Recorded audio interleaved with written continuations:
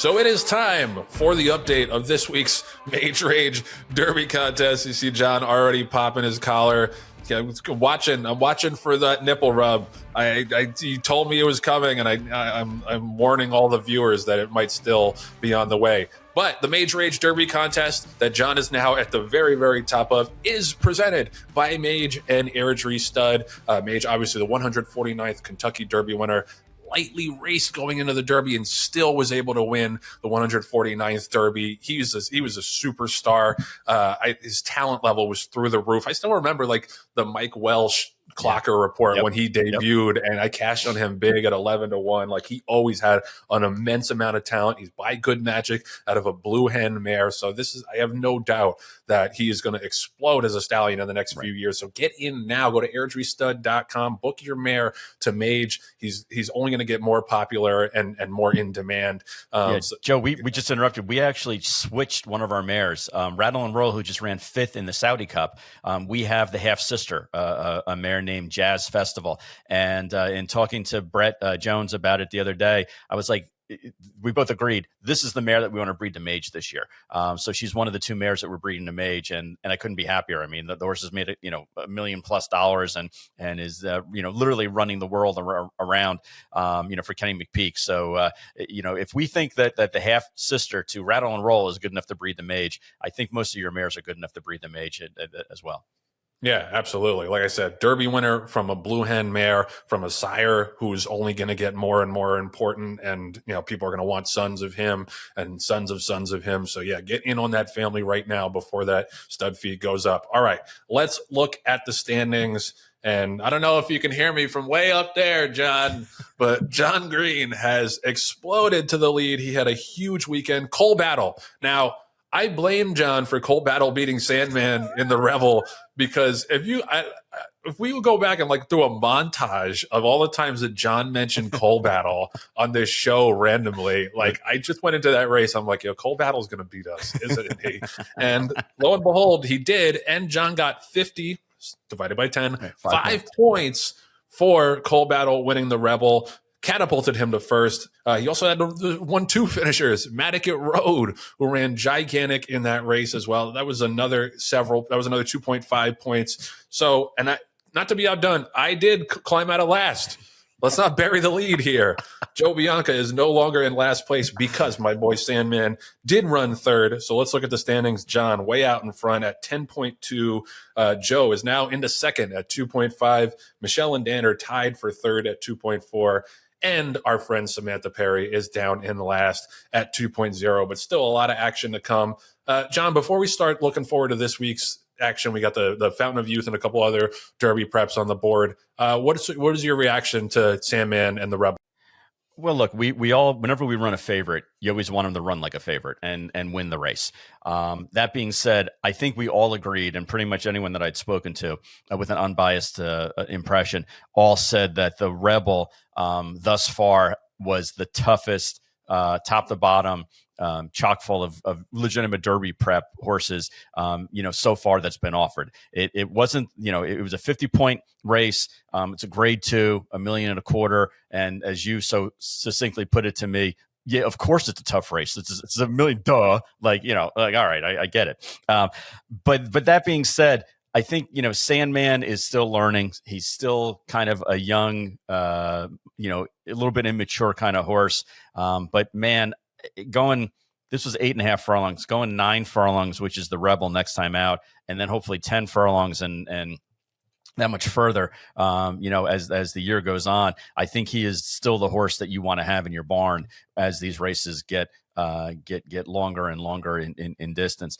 Joe, even though I didn't talk to you about this pre-show, I want you to know that should Sandman continue to develop and run in the Arkansas Derby, which is where we're hoping, knock wood, where we're hoping he's going to go, there is a seat on the plane for you, my friend. So just make sure that you're available on March 29th.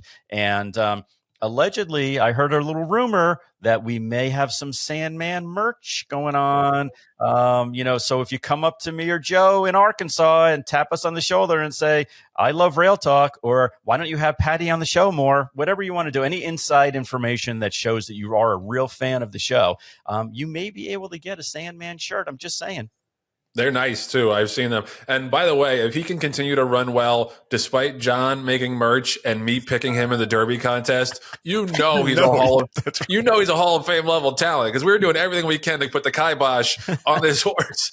And he keeps on showing up. Yeah, I thought, I was of two minds. Like, he got a great setup with the way the speed went out. Like, Matticat Road ran, to me, the best race. Not to take anything away from Cole Battle, but Matticat Road going 22 and 45, still sticking around and running second. So I was a little disappointed in that regard, but I also think Mile and a 16 short stretch is not Sandman's game. Like, I cannot wait to see him stretch out, like you say, to 9 furlongs and then hopefully 10 furlongs, long stretch of the Derby. I do want to see him hopefully lay a little bit closer to the pace in subsequent races, because we know he's got speed. Like, his first two races, he was up on a 21-4 quarter. He was up on like a 23 or 22 and change quarter. So I'd like to see him a little bit closer to the pace, but man, he came from a long way back and was eating up ground big time at the end. So yeah, 9 furlongs, 10 furlongs. We still have all the faith in the world in him. And shout out to Cole Battle. Like, we talked a little bit about it with Ron Moquett. Like, Cinderella stories like that are what keep you coming back to racing. A $70,000 Texas Thoroughbred Association yearling purchase for Lonnie Briley, a local trainer. So if, anytime, like, if we're not going to win, I love to see like the smaller trainers and like the lower purchase prices win those kind of races. And he's a serious horse. Like, he's gotten better and better and better. And all he does is win. He does. He's undefeated on the dirt, Joe, and it's a great story. 91 buyer. So he continues to improve.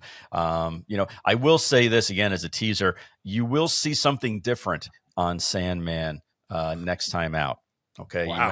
You might see a different piece of equipment. You might see a different, person piloting. There is a change that is in the works right now. I can't disclose exactly what it is, but he will not be the same. You will not see him the same way that you did last time, and I'll leave it at that.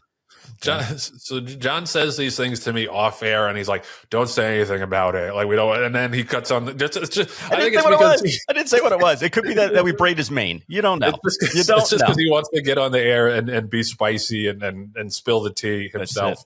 Hey, Joe, how about the fact that even though you talk about safety, and Oaklawn actually took their second biggest card of the year and moved it for safety purposes for the horses, and they still had 36,000 fans and $21 million of on-track handle. That to me says that there's an appetite for these big race days. I mean, you and I have talked about it all the time, but here's another example. They had to move the entire card to Sunday, which again, still a weekend, but it's not a big normal race day. As a matter of fact, I think I saw, again, it's on Twitter, so I don't know if it's true or not, but it was something like it was only the 9th or 10th time that a Derby prep had ever been run on a Sunday before in like the past 50 years. So it was something crazy like that. And I know it took literally an act of God. Like, it took a frozen tundra of a cold front in order to do it. But the management made a decision, and they moved it for the safety of the athletes, both human and equine. And that's not something that would have been done 5, 6, 7 years ago. Yeah, I mean, and those numbers are crazy. Like 36,000. A lot of tracks don't get 36,000 for their entire meet. Right. To have that on one day and those handle numbers. That's one of the biggest reasons I'm looking forward to potentially going to the Arkansas Derby, is not just to see Sandman run, but like, I've never been to Oaklawn, I've never been to Hot Springs, and I hear awesome things about what a racing mad community it is, and so that's one of the reasons I'm looking forward to that. So. I think he came out of the race well. All systems go for the Arkansas Derby as long as he trains well the next couple of weeks. All right, let's look forward to this weekend. We have a couple of big-time Kentucky Derby preps, the biggest of which, to me, is the Fountain of Youth on Saturday at Gulfstream Park, the 13th of a 14 race card. Really, really nice card. And this is I know that's it's not as deep as the Rebel, but you got some really nice horses in here. Todd Pletcher's got a really powerful looking duo of Gate to Wire, who was a 5-length winner of the Swale, as well as River Thames, who's the undefeated McLean's Music Colt, who's stretching out to 2 turns. You've obviously got Burnham Square, who ran and won the Holy Bull. Sovereignty, who John also somehow has in this contest. Like he really cornered the market. Sovereignty is making his 3-year-old debut. And for the home team, West Point Thoroughbreds and St. Elias Stable, and our friend CJ Johnson and CJ Thoroughbreds got Keep It Easy making his 3-year-old debut. Last seen winning the Ed Brown Stakes by 5 1/4 at Churchill Downs. He is, just in terms of how easy he moves, like his name is very, very apt. He's just such a balanced, smooth striding horse. And I cannot wait to see him. He drew outside, which I think is huge, especially for a relatively lightly raced horse. To me, this is a really, really good betting race, and plenty of action for the contest as well.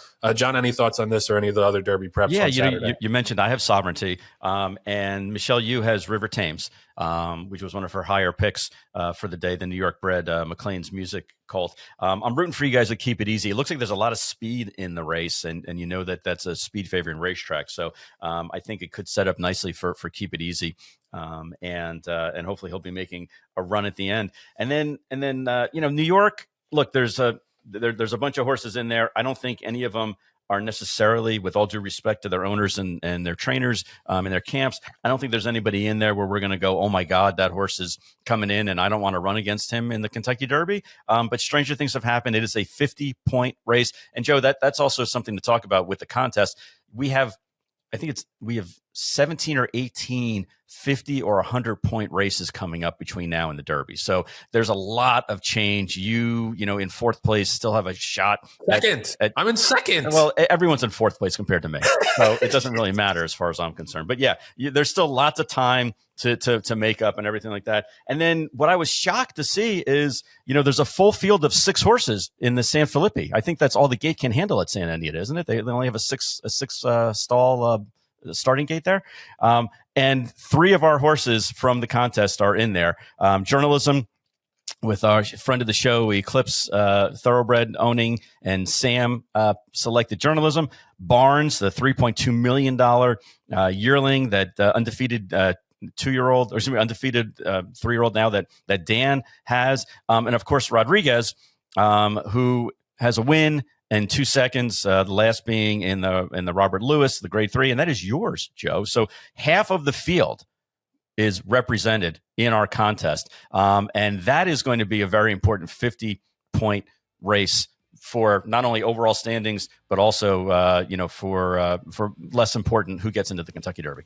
I was going to say, it's getting spicy in the contest, and also pretty exciting on the Derby trail as well. Looking forward to it. And don't forget, the MAGE Raised Derby contest is sponsored by MAGE and Airdrie Stud. Go check them out. Get in on the ground floor.